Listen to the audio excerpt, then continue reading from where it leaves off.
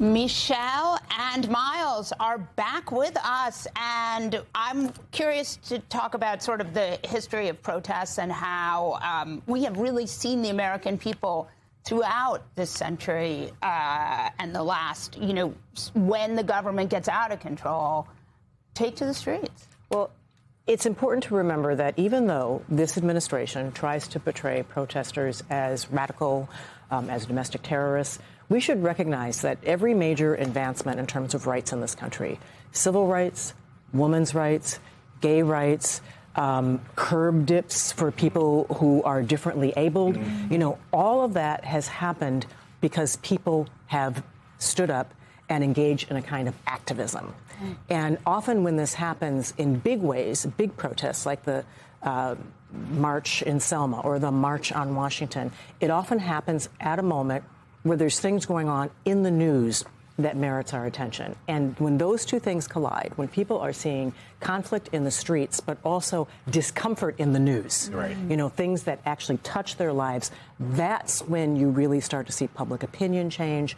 And that's when politicians who are sitting on their hands and expecting that this might just blow over realize that this is a storm that actually is going to change the politics in America and the life in America. I think that's what we see right now. Yeah. It's also how the country started, right? The thing that is so central, and we all know this, I think you guys watch it, know it too, is that the central foundation of this country is that when whoever's in charge gets out of hand, you're allowed to go to the streets, maybe you throw some tea in the water, or you go and march down to the Capitol.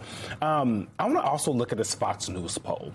Trump's approval in the Fox News poll that came on Thursday, 41% approve, 59% disapprove. Now, the reason I think the Fox News poll is interesting is because they wrote an article about it. I assume it was on their shows. So that means that the people that watch Fox News, people who probably make up Donald Trump's base, also see that he's unpopular, right?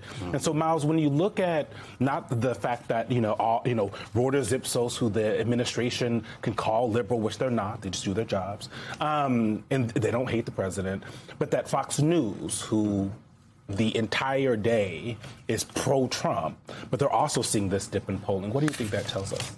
That the administration should be spooked. That exactly what Are they spooked, though?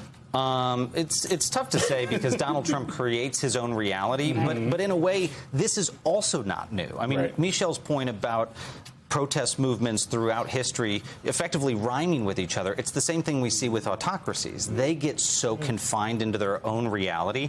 I saw in that first Trump administration how the Oval Office was becoming an echo chamber. That wasn't new. That wasn't novel. We see that in almost all despotisms, and then they get disconnected from the truth until it is too late. That is exactly what's happening right now. In fact, you think about those phases. We had to relearn a collective action muscle in this country. And so at first, we were very shocked that the president was designating the political opposition as domestic terrorists. But that's what autocrats do. Then we were very shocked that he was starting to go after those folks. What we shouldn't be shocked by now is that there has been executive overreach, and that overreach is growing the size of the political opposition. That's how it happens. The fact that you're going to have 3-time MAGA voters out there in the streets today protesting tells you everything you need to know as the political opposition in this country has grown wildly diverse. It now includes Marjorie Taylor Greene and Barack Obama. It now includes Thomas Massie and Hillary Clinton. Yeah. That should tell you something, but the administration is doing this because the president is doing this. Yeah. The biggest tent there ever was. But it's not just a collective